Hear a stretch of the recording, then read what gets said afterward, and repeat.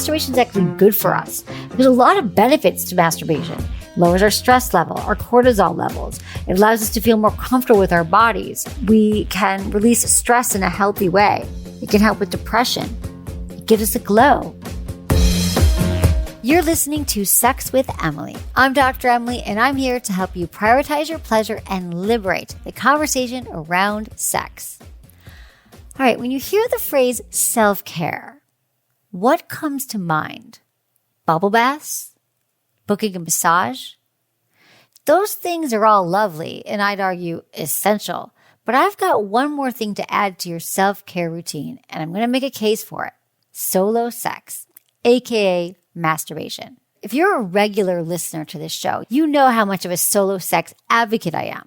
But we're going to go a little bit deeper into this topic because there's still just so much shame associated with masturbation.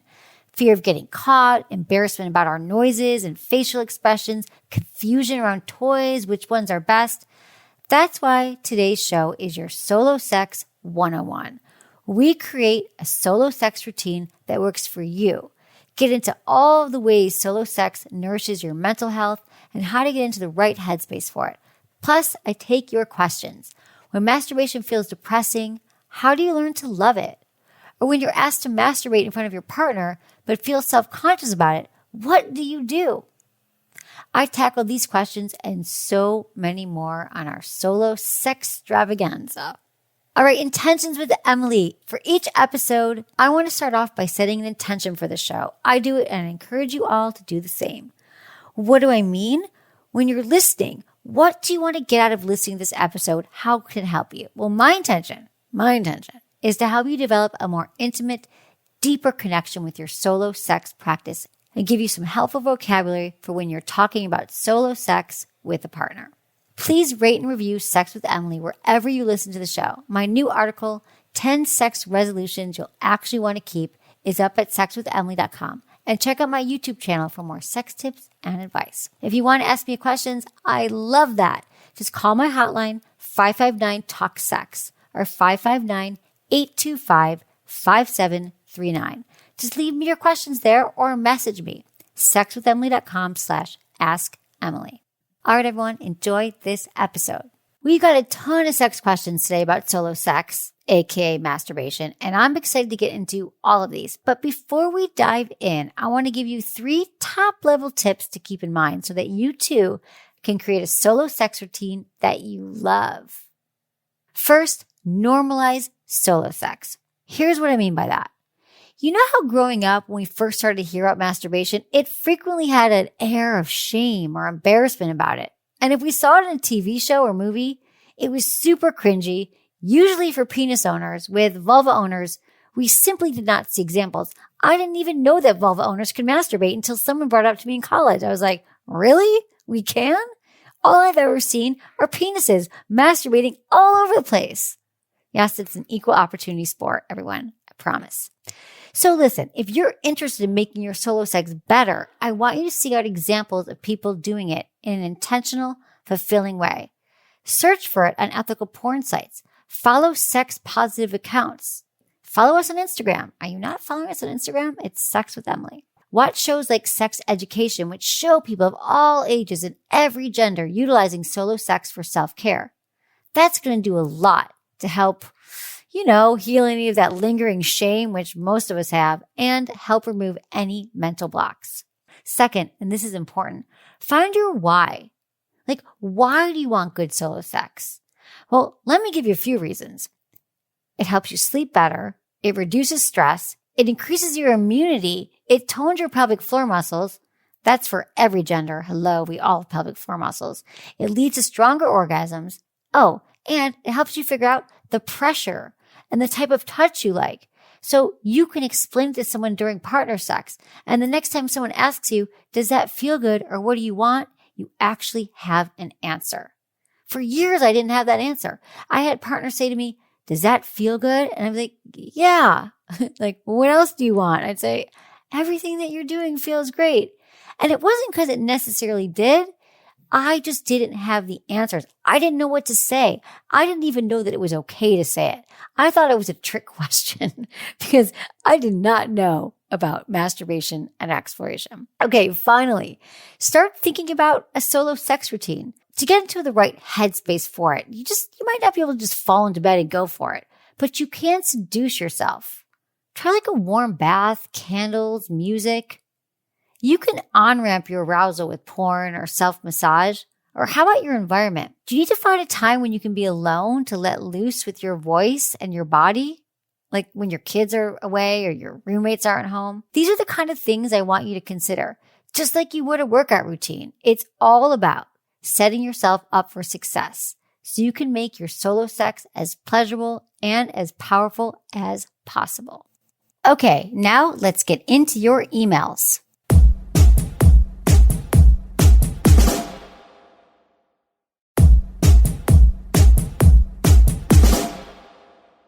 This is from Anna, 25, in Europe. Hello, Dr. Emily. First of all, thank you for being so dedicated to this career of yours. I love hearing the passion and life inside your voice. I'm writing to you about something I just can't wrap my head around. My boyfriend's 31 and I 25. We've been together for 5 amazing, adventurous years full of sex. Like literally, we are masters now of anal, roleplay, kinks, etc. Okay, so main event. I go to the bathroom, I brush my teeth, and then I come back to have our nightly sex. I jump on the bed naked. Then I see his phone full of sex scenes from porn, women masturbating, etc. I asked what this was all about. Does he need it for his erection? Then he spurts something out like, I do it every time you're in the bathroom, so I'm rock hard. Obviously, I felt a little taken aback. Did he used to watch porn before intercourse or otherwise what? I don't know. Would he or wouldn't he be turned on by just me? I believe in masturbation and porn, all healthy habits. The only thing that concerns me is the way he uses it in an instant, almost like a Viagra pill, just before sex. Am I not turning him on enough? I try to talk to him about it, but he's not answering, not participating in conversation. When I go up to him and ask, he's just putting his palms around his ears so he acts as if he doesn't hear a word I say. Do you have any advice, perhaps? Thank you so much, Dr. Emily. Thank you so much for your question, Anna. And I feel like I am there with you. I literally felt like I am in the bathroom and I am brushing my teeth and I came out and my partner is watching porn. I'm like, what? And then you try to talk to him and he's like, la, la, la, I can't hear you. Oh, it's all so painful. But let's unpack this and let's change the scenario. First, what's happening here is that your boyfriend has built a habit. Not on purpose, but over time, he's realized that when I look at porn, I don't have to worry about failing as a man and not having an erection, which will suck. So my backup here, like having a spare tire in your car or having extra cash on hand, he's going to always have porn on the ready so he doesn't have to show up with a less than rock hard penis. And that's fearful. You know, when men's penises are not functioning the way they want it to, they feel emasculated. They feel like they can't quite function in the same way. And it just kills their ego. And that's just not fun for men. So they really will try to do whatever they can to avoid it. So what he has done is he's attached very, very deeply to a habit that, come on, you guys, habits are hard to break. We know that. There's just so much media and coaching and information around breaking habits. So this is one that you're going to have to wring from his fingers. You have to wring from his tight grip. But we can do this. We can totally do this. I want you to make this a little bit fun, okay? And this is something that you got to take outside the bedroom. This is like a conversation you're going to have, Anna, when you're on a date, you're hanging out, maybe you're going for a walk, and you just say, you know what, babe? Let's talk about our sex life. And you can even start with my favorite, the compliment sandwich. How the compliment sandwich works is you start with something that you love about your sex life that turns you on. You could say, I love that we are having sex so frequently and it's incredible sex. I'm so turned on and here's all the things I like. You can name one thing specifically. Love the way you go down on me. Love the way it feels when you first go inside of me. It's that feeling of your penis feels amazing. And then here's the middle part, okay, Anna? And when I come out of the bathroom every night and you're watching porn, I understand I have no issues with porn, but it really makes me feel like perhaps I'm not turning you on. And I know that's not true. And I know I turn you on. I hear what you're saying, but I don't need you to be rock hard. And in fact, what would really turn me on is to watch you get hard, is to be there in the process, to be part of that turn on, because then we can turn each other on. Would you be down for maybe waiting until I'm out of the bathroom and so we could kind of begin it together? Maybe I could undress you and you undress me. Maybe we could start to, even watch porn together. Find something that turns both of you on. Like you could even tell me, I have no problem with porn, but I would like to be something that we engage in, because it feels, what I'm hearing you say is it feels very separate. It feels like he's having a separate experience that is not related to you. And so I hope what this has made you realize here, Anna, is the mentality around a lot of men is that like, I got to be hard and I got to guarantee it and I got to make sure I'm always going to have this erection.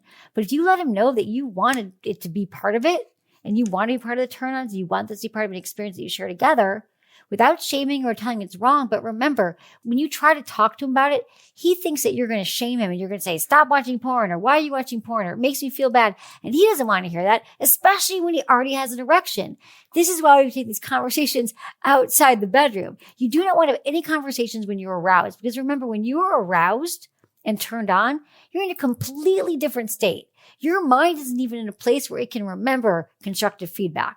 So that's why it has to happen outside of the bedroom. And I think if he hears it in this way, where you're gently and truthfully and authentically saying, I want him to know that it's not, you need something else to get turned on. So let's together figure this out. Would you be into that? And then you get to listen, because I don't think that any partner wants to make you feel bad. And if you come from a place of, it makes me feel less than, it makes you feel like I don't turn you on. I mean, how can someone argue with your feelings? Loving, generous, beautiful partners do not. They hear that you're feeling something and they want to rectify the situation so you can feel better, not worse. And have some fun with this. And then the end of that sandwich is, because I really think that our sex life could go to the next level and we can continue to be aroused and turned on for years to come if we could just start to connect more and feel more deeply connected before, during, and after sex. So you start off with what you love, you give the criticism or you give the constructive feedback, and then you end with why you want that thing to happen and how it's going to change the trajectory of your sex life. And I just want to say that, remember this, that the sex conversations that we have with our partners, they're not a one-time conversation. I mean, have you ever changed your behavior because someone asked you to do something once? Have you ever said, oh yeah, great, I'll stop masturbating to porn, or yeah, I'll stop smoking cigarettes. I'll stop eating before bed. I'll stop biting my nails because you asked me to stop.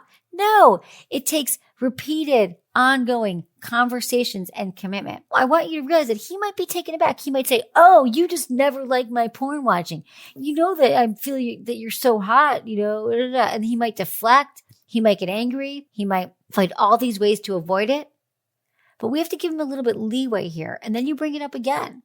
You don't let it go, because I can't tell you all the people that have emailed me and said, yeah, I told my partner that I wanted him to initiate sex more. And I'm like, really? When? Oh, it was like 3 years ago. I told him once we were out drinking that I really needed to initiate sex more, and he didn't do it. Well, of course he didn't. A, he probably doesn't remember. B, he probably doesn't know what it looks like to initiate. There's a reason why he's not initiating, and no one's ever going to change from one-time conversation. So Anna, make this more like inquisitive. Make this a great time to start to communicate and ask him more what he wants. Get curious about his own turn-ons. Maybe you'll learn a lot more about each other. Maybe this is something that, he will share with you, that he has a fear around not being hard enough. He'll share with you maybe a girlfriend in the past who shamed him because he wasn't hard enough. I mean, there's a million reasons why we hold on to behaviors that are unhealthy.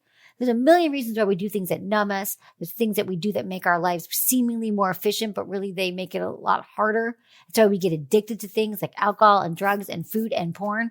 It's because we really don't want to look at the underlying issues. We don't want to look at why we have to drink so much or why we have to watch so much porn. That shit's painful and it can take lifetimes of therapy to unpack. But you guys have been together for 5 years right now, and I would just love to see you start having some healthier conversations around your sex life. And I think that you'll realize that once you start having these conversations, and it might take a few times to get it going, okay? So be patient. But once you do, the couples who engage in healthy sex conversations have better sex. They start to look forward to these conversations. It actually becomes part of their foreplay. It becomes part of their turn-ons, and they can't imagine ever, ever, ever going back to a time where they didn't talk about their sex lives. So I want to put you as a couple in that category, Anna. So remember, if he starts to get angry or he starts to protest, you could say, okay, well, maybe we're done talking about this for tonight. Let's talk about it again next week. And then you can move on to something else. So don't expect him to just be like, you're right, babe. I'm going to stop using my phone for sex. Might not happen. So I just want to prepare you for all scenarios here, Anna. Sometimes it's not as easy as they make it sound. And I understand that. Thanks a lot, Anna. Keep me posted. This is from Jeff, 57 in New York. Hey, Dr. Emily, my girlfriend seems to only be able to climax via clitoral stimulation. She's even having trouble that way. I want to help her and give her the best she's ever had. Is there a good toy I can use? I'm doing some studying on my own to develop skills to help me as well. All right, Jeff, great question, but let's back up here. Can we just for a moment reframe only orgasm through clitoral stimulation? What if it's okay that she can only orgasm that way? There's not like a right way to orgasm, that if she has a different kind of orgasm, it would be better. I just want to normalize that for everybody who's going, yeah, that's the only way I can orgasm as well. Jeff, I love your enthusiasm to please your girlfriend, but I'm curious, what does she want? Does she want the best she ever had? What's important to her? And does she have knowledge about why she's not able to orgasm clitorally in the same way as she was in the past? Definitely skills will help. But when I like to think about oral skills, it really has to do with paying attention, going slow, having her show you what she likes. I think it's important to think about your sexual relationship in this way. I'd love you both to be more open-minded and clear and less with a goal. Like it has to get better and I have to learn these new skills. And the best sex is going to come when you open up together. Because when there's one person who's desperately trying to save the sex in the relationship and the other person is sort of receiving or isn't as into it or doesn't even think that there's anything that needs to change, that's when we get into problems. But think of it this way. You're both in it together. You both want to have the most incredible sex. She's excited to learn and you're excited to learn. And then you both are on the same page and it'll be a lot easier maybe for her to relax into her orgasm because maybe that's what happens. I don't know how long you guys have been together. Have you even talked about your sex life? Do you know what her sex goals are? What are your sex goals? And if you really want to understand what feels good to her, you could try some mutual masturbation. Hey, this is a masturbation show, so I'm just going to jump right in and say mutual masturbation is a super hot move for a lot of couples. It's kind of a twofer. Think about it this way. First of all, it's really hot to watch your partner masturbate. Am I right? But also you're learning. It's educational. You can see what turns them on. And like if you're with someone like, oh, I didn't know that she lightly moves her finger in circles over her clitoris or that she likes a finger inside. I mean, this is how you know what can please her. I would recommend some clear communication with her outside the bedroom about your sex life and asking her what she wants right now in this stage of the game. And finally, you asked about toys. Toys are always wonderful. Again, they differ for every single body, what would feel good. I'm really into toys that can be multi-use right now and be used for different partners, no matter what your body part, whether you have like a penis or a vulva. Go to our shop page on our website. We've got a bunch of great things with good vibrations there that you can see.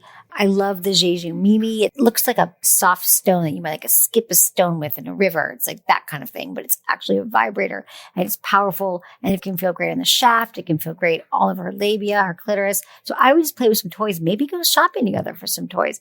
I love the Dame finger vibe. It's called the Fin. It's a finger vibe. It wraps around your fingers. So then anywhere you touch gets that really cool vibing sensation. And I promise you, it feels good on all body parts, many body parts, your nipples, nape of your neck, your lips. You can use it in all different settings. So just have fun and play. Maybe go shopping together for some toys. That can be really fun. So Jeff, I love your enthusiasm and let me know how it goes. Thanks for your question. This is from Claire, 33 in Australia. Hey, Dr. Emily, I love your show and advice. I'm in a stage in my life where I do not have a formal relationship. I'm not seeking monogamy and have several casual partners. I'm down to try a lot of things. One partner has asked me to masturbate in front of him, and although it's not that different from mutual masturbation, which I've done in a past relationship, I feel weirdly self-conscious about it. With that same person, we are currently discussing potential threesomes and attending a sex party together, but masturbating in front of him seems more difficult. Any advice to get out of my head and some practical advice would be great. Thank you. All right. Thank you so much for your question, Claire. What it sounds to me is that you're kind of grappling with what it feels like to be in a casual relationship versus a committed relationship. I mean, think about it. When you're committed to someone, like in your past relationships, perhaps it was easier to feel free and to participate in mutual masturbation because you felt safe. And when you're in a more casual relationship, you don't have that same level of trust. I'm curious, what does masturbating solo in front of him feel like? Do you feel like you're going to be judged? That you can't really let go in front of someone you're not committed to? It could also be that in these other situations, sex parties and mutual masturbation, your partner is also engaging. Like your partner's going to be busy with another partner, or you're going to be at a sex party. There's a lot of stimulation and there's a lot of distraction. What I'm hearing you say is that he's asking you to masturbate while he watches. And there could be something about all eyes on you that's making you feel more self-conscious. Do you ever experience social anxiety? How do you feel about speaking in large groups? Let me know if that resonates with you. I had a friend once when she was getting married and she was just so terrified of walking down the aisle. Like in every area of her life, she's like open and she's got lots of friends and she's very social, but she's like something about like walking down the aisle and having all the eyes on her just made her so uncomfortable that she ended up not walking down the aisle actually and doing it in a very different way where she made it her own and it worked and it was a beautiful ceremony. And, till this day, she feels amazing about it. So there might be something else here, like a workaround or communication thing that you can talk to him about, because it sounds like with this partner, you feel really good about going to a sex party and being open and being with other people. So I would just look at what it is about this particular scenario that makes you feel uncomfortable. And also, even if this is a casual partner, I'm all for being vulnerable and being really honest and open and saying, you know what? This one thing, I can't figure it out either. It makes me uncomfortable. Can we try it in baby steps? Maybe you can masturbate in front of him, but like leave your clothes on, at first, because that's also hot. I mean, can we be honest?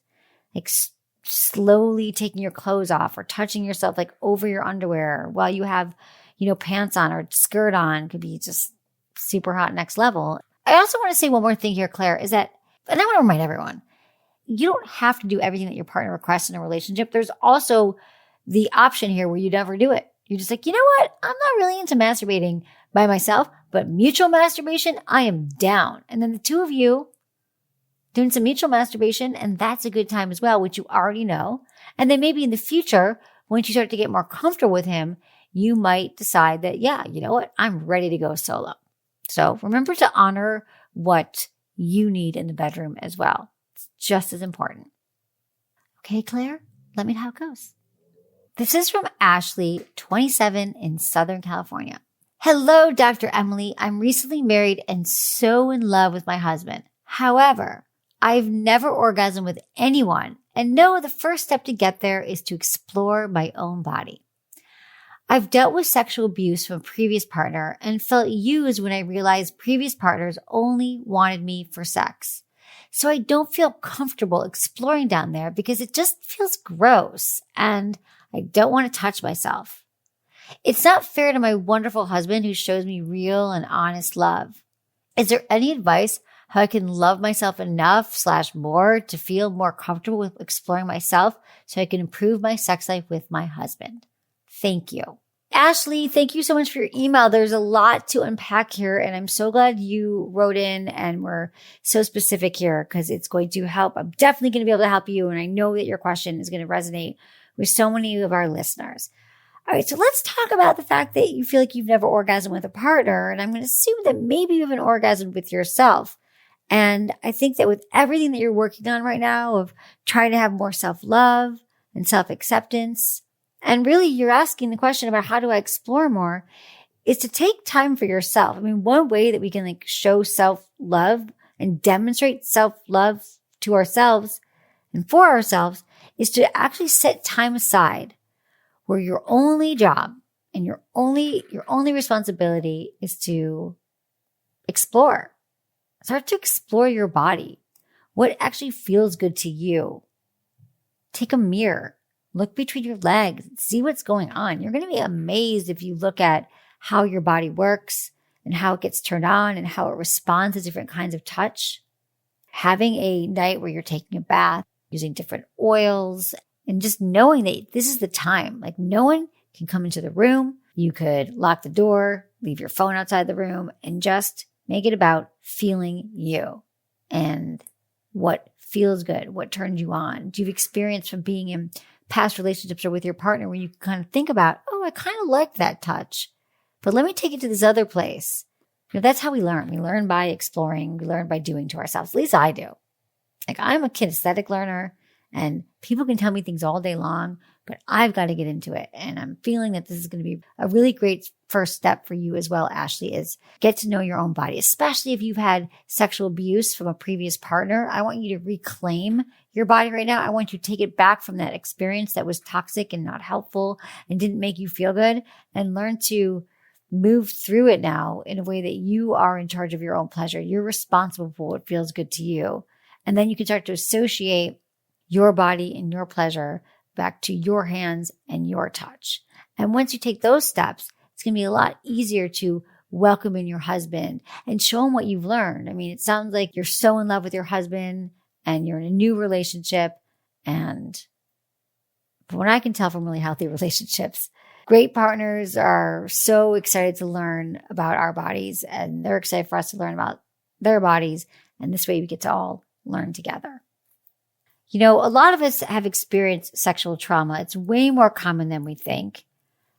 And when we think that sexual trauma is just like, oh, and I've had trauma, but help me, Dr. Emily. It's like we really have to deal with trauma that we've had in the past. Unfortunately, with time passing, it doesn't go away. It's just the impact of not facing it gets louder and louder and louder. And it makes it a lot harder to be in healthy sexual relationships. So really, I can't recommend enough going into therapy, specifically trauma therapy that deals with really going back to that time and releasing trauma. Something like I talk a lot about EMDR therapy, EMDR. You can find out more at emdria.org. And that's a great resource to find people near you that work with you. The reason why I love this kind of trauma therapy is because it actually rewires your brain. It rewires the neural pathways in your brain that are rooted in trauma. And so you'll find that this is the kind of therapy that moves through trauma a lot quicker. And then you're able to come back from it after just a few months and not have the same charge around sex or around whatever issues were triggering you in the past. Now, let's get on to exploring. What feels gross to you, to use your words? Is it actually touching yourself or does it feel wrong? Are there judgments in your head? Do you feel like you should look differently or it should feel different? Have you ever taken a mirror and looked between your legs, and looked at your vulva straight up and see what it looks like? And really how beautiful it is. I mean, if you think about it, they're like snowflakes. Like everyone's different and they sort of blossom. You know, do you ever think of like the paintings of like Georgia O'Keeffe paintings when like the flowers are blooming? I mean, that's what it looks like. I love, Ashley, that you're saying that you want to advice on how you can love yourself more. We all could work on loving ourselves more. Am I right? And so I think that learning to actually like your body. I mean, I think love is a stretch to like, go in, I love my body and, you know, self-love. How about body neutrality? At least start from a neutral place, which could be a great way to just, like I said, when you put a mirror and you start looking, that could be so helpful for you. But self-love, what's really helped me just with self-love all around is honestly journaling, meditating, having daily affirmations where you come up with your own affirmations that really just replace a lot of the negative programming. Because the opposite of self-love is really self-hate, self-disdain, self-criticism, judgment, negative self-talk, which I have plenty of it, okay? It is a lifelong process. But what happens is when you counter it with more positive statements, with more loving statements, with I am a loving, beautiful, strong woman who's deserving of pleasure in all parts of my life, in my body, mind, and soul. I deserve to feel loved and be loved, especially by myself on a daily basis. I speak words that are positive, nurturing, self-loving with a growth mindset always. I mean, in my notes on my phone, I have an affirmations page that when I'm meditating in the morning, I'll just read them. I'll read them myself. I'll look in the mirror. I say them in the shower. And if you think about like rewiring, if your brain is often filled with like a lot of negative self-talk or just negative beliefs or limiting beliefs about something bad's going to happen in the future or I did something bad in the past, you're programming your brain with those thoughts. So if you counter it and you fill it up with all the positive things that you can think of, gratitude and what you're specifically grateful, not just like, I'm grateful for my life, but like, I'm grateful that my body is working and I get to experience so much pleasure.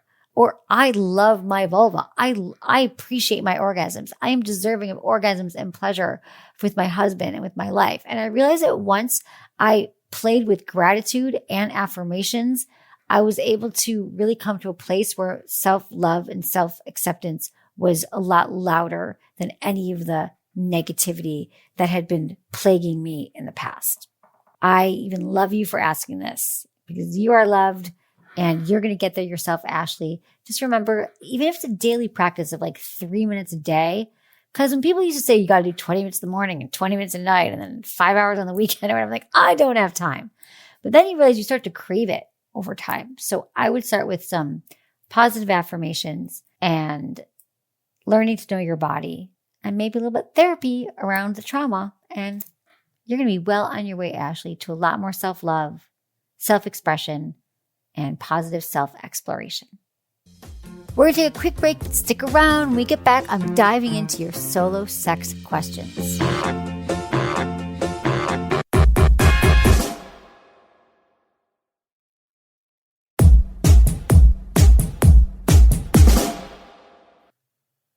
This is from Mike, 42 in Minneapolis, Minnesota. Hey, Dr. Emily, I've been married for over 20 years to the love of my life. She's incredible in every way. She's the only woman I've ever been with. And after both of us work through so much shame from purity culture, when we have sex, it's completely incredible. I can't even imagine it getting better. So here's my dilemma. I've always had a very high sex drive. I can be mostly content with 2 to 3 times a week. Every other day, great. If I could have what I wanted, it would be at least every day. After kids, careers, and all that, we may only have sex every week or two. A big part of pleasure for me is our connection and giving her pleasure. Hey, I love receiving too, and she's very generous. I guess because of that, masturbation really doesn't do much for me. I can make myself feel good in orgasm, but it isn't satisfying and it can even make me feel worse. I feel lonely and depressed. Is there a way to change this part of me or how I feel? All right, Mike. Well, thank you for sharing this. And I love that you've been married for over 20 years with the love of your life. This gives me so much joy and hope. And also, I want to congratulate you for moving through the shame from purity culture. That is just not easy to do when you grow up in an environment that is all about repressing desire, shaming you for feeling sexual, for being sexual, and for masturbating. So it sounds like this masturbation thing, Mike, might be the last vestige. That's the last thing that we haven't quite, that's purity culture still has its grip on. So the fact that solo sex makes you feel shameful and lonely and depressed sounds like something that could be lingering.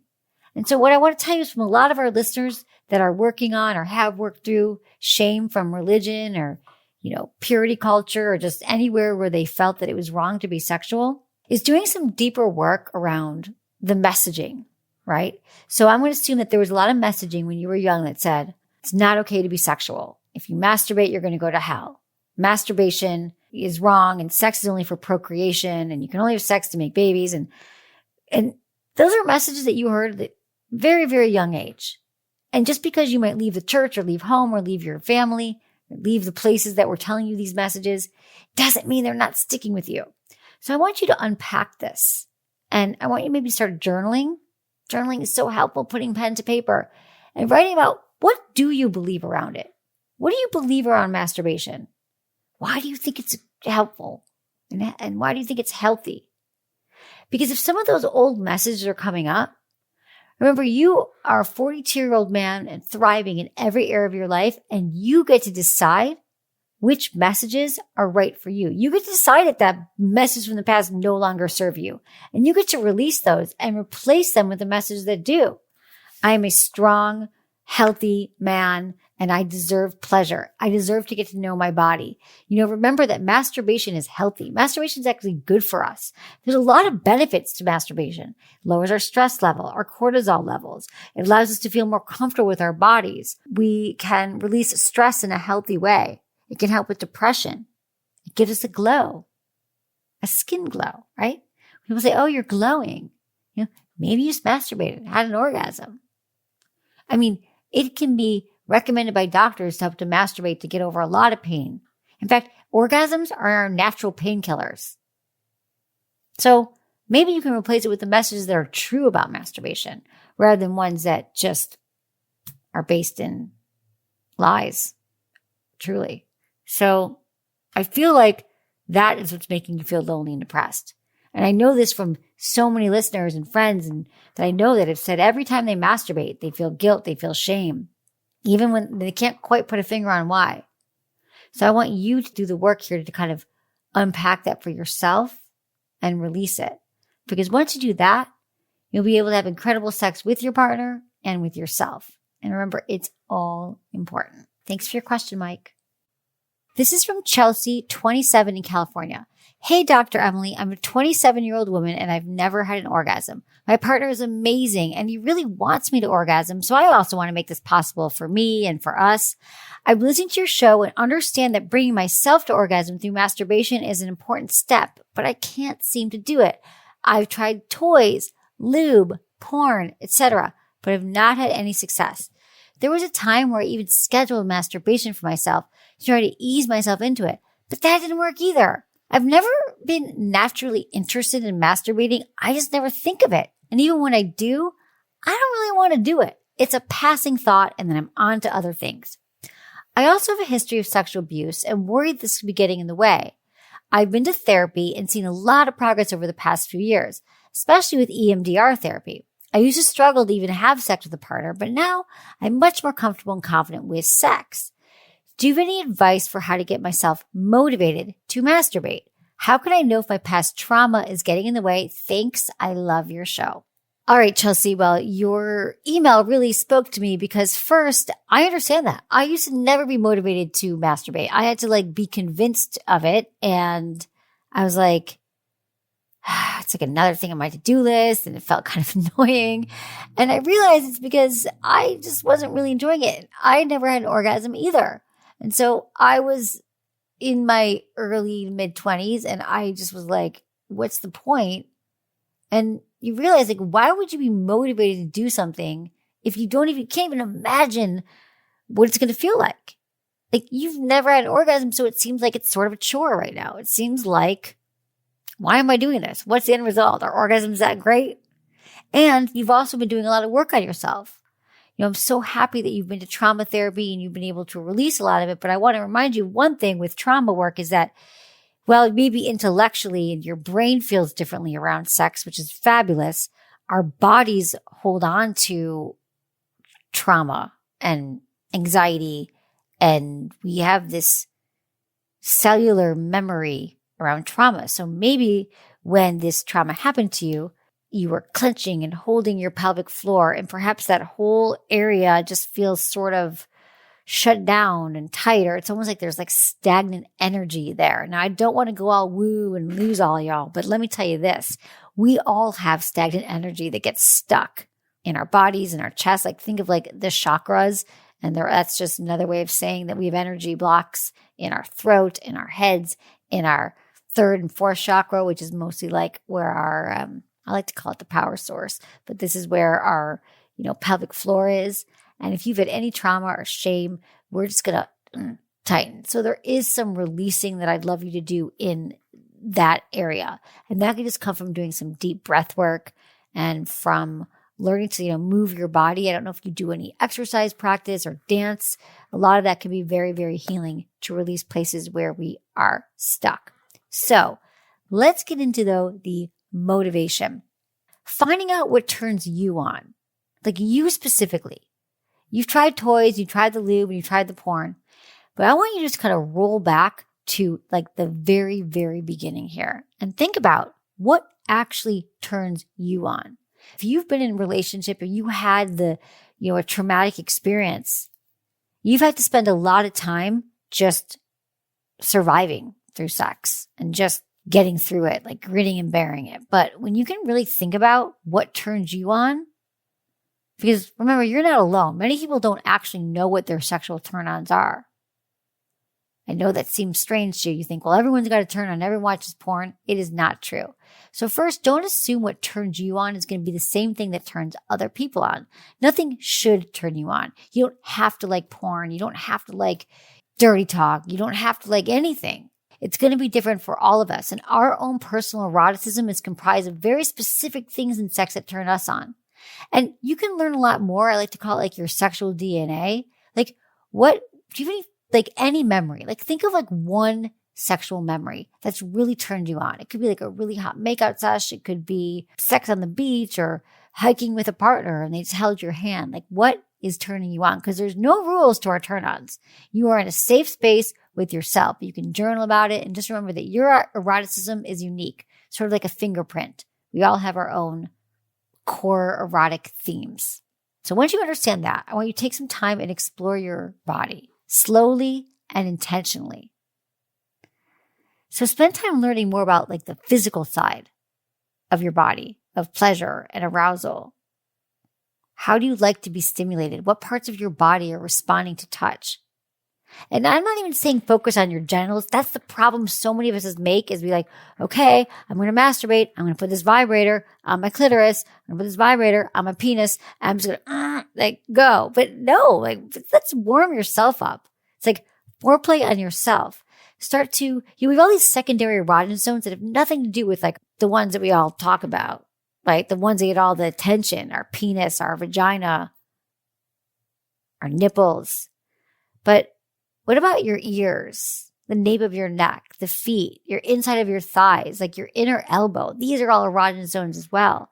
So you can just like lay back and get creative where you're going to touch yourself and focus. Do this alone and lay back, create a safe space, an environment that makes you feel like I can explore. I have a half hour right now. I'm going to lock the door. I'm going to take a bath. And I'm just going to move my hand slowly across different parts of my body. Like, oh, wow, that feels really good the way my hand feels on the nape of my neck. Or when I move down to my nipples and I start to touch it, like touch my nipples, that feels really good too. And so you're really just gathering information so you know about your own turn-ons. And then think about the mental aspects of pleasure, like what intrigues you. Is there anything that you've seen in the porn you've watched or in past memories or talking to friends or reading? Were there ever scenes? It could be one thing. It doesn't have to be 100 things. One scenario that turns you on. And then you got to look at that. Think about that experience. Think about what is it about that experience that turned you on. Like your own erotic template really comes to fruition when you think about what arouses you. What have you read or watched that turns you on? Why was it sexy to you? This is a great journal exercise. Like, why was it sexy? That's the key part. What was it in watching it? What part of it? Was it delayed? Was it like a unrequited love? Was it something that you hadn't expected? I hear from a lot of you that tell me that like the best sex is when it's unexpected or you didn't know it was going to happen or it was outside of your house or vacation sex. I mean, let's be honest, like two of my favorite words, vacation sex, because it's fucking hot. So like think about these things, go deep, You can also read erotica and see like what is really turning me on. Like read through it and find it and say, what is in here that is turning me on? What isn't turning me on? And just go with one thing.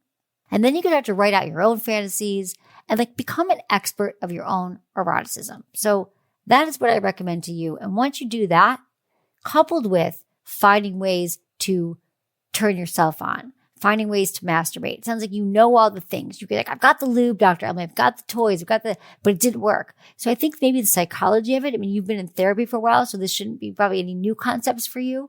And once you kind of make it your own Chelsea's Pleasure 101, you get to be the teacher and the student. And I know you're going to get all A's here if you make more time for yourself and discovering your own pleasure.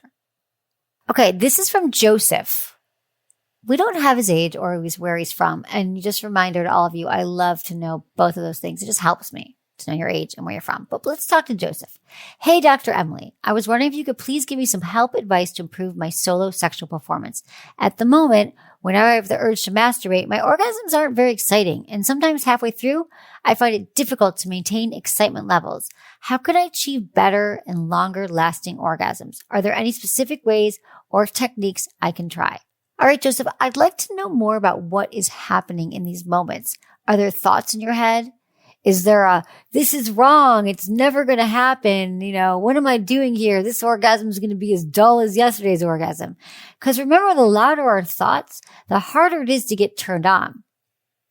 And when we're in our head, just think about it this way. The blood is rapidly leaving your genitals because it's spending all the time in your head. So the more we can be in our body or embodied when we are having any kind of sex with ourselves or a partner, we'll be more likely to feel more aroused and more turned on. So when you say longer lasting, when you're masturbating, are you getting there quicker than you'd like? In other words, are your orgasm coming a lot quicker and you're not really understanding why? And you're like, I wasn't even ready to orgasm. Because if so, I cannot recommend edging enough to you. Edging is simply the practice of delaying orgasm and exploring your own body and finding what feels good to you. It doesn't have to be like, so many of us, like I said, we rush right for our genitals and we're not really even teasing or arousing ourselves. We're like, I'm just going to have an orgasm and knock this out and order pizza. But if you want to start to experiment more and learn more about what actually turns you on, edging is a really cool practice where you can work with your breath. You can work for building up your orgasm and then you stop. So you think about it on a scale of 1 to 10. 10 is orgasm and 1 is like, you're not aroused at all, or you have a flaccid penis, if you will. So if you masturbate until getting to about a 7, where you're really aroused, or at 8 and you're about to orgasm, but then you take it down a notch. Maybe you take your hand off your penis and then you just sort of, for a minute, you breathe and then you go back to it. And then you start to build and build and build towards orgasm again. And then you do it again. And then you don't let yourself ejaculate and you take it back down. And this practice is, first off, when you finally do orgasm, it's so hot because you've delayed it. I mean, think about delayed gratification or delayed satisfaction for anything. It always makes that thing so much more pleasurable. But also with edging, you're learning more about your own ejaculatory control. You're learning more about your own body, your own machinery, which, have you noticed that so many of us put it in the hands of our partners? Like, why don't they understand my body? Or can they do for me? Can they give me my orgasm? Can they turn me on more? When, remember, we're all responsible for our own orgasms. We're responsible for our own pleasures. We're responsible for asking what we want. I know it's a lot, but it's so worth it. And that's why becoming your best sexual partner, become your own best lover. Because when you become a master at your own body, imagine how much better you'll be at not only being a great lover to others, but communicating your needs and just having a much more explosive sex life when we take this time and put it in the work. And I say work, but this is fun, people. I'm encouraging you to understand your body, have more orgasms. This isn't doing your taxes, right? This isn't I'm asking y'all to take some dense business course or anything. I'm saying, get an MBA in your own bodies. Get a master's in masturbation. Thanks for your question, Joseph.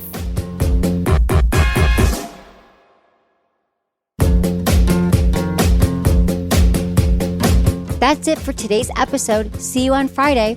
Thanks for listening to Sex with Emily. Be sure to subscribe, and give us a review wherever you listen to the podcast, and share this with a friend or partner. You can find me on YouTube, Instagram, Facebook, and Twitter at Sex with Emily. Oh, I've been told I give really good email. So sign up at sexwithemily.com. And while you're there, check out my free guides and articles for more ways to prioritize your pleasure.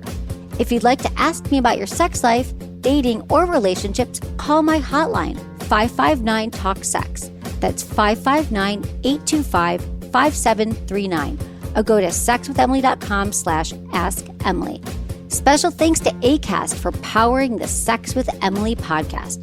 Was it good for you? Email me, feedback@sexwithemily.com.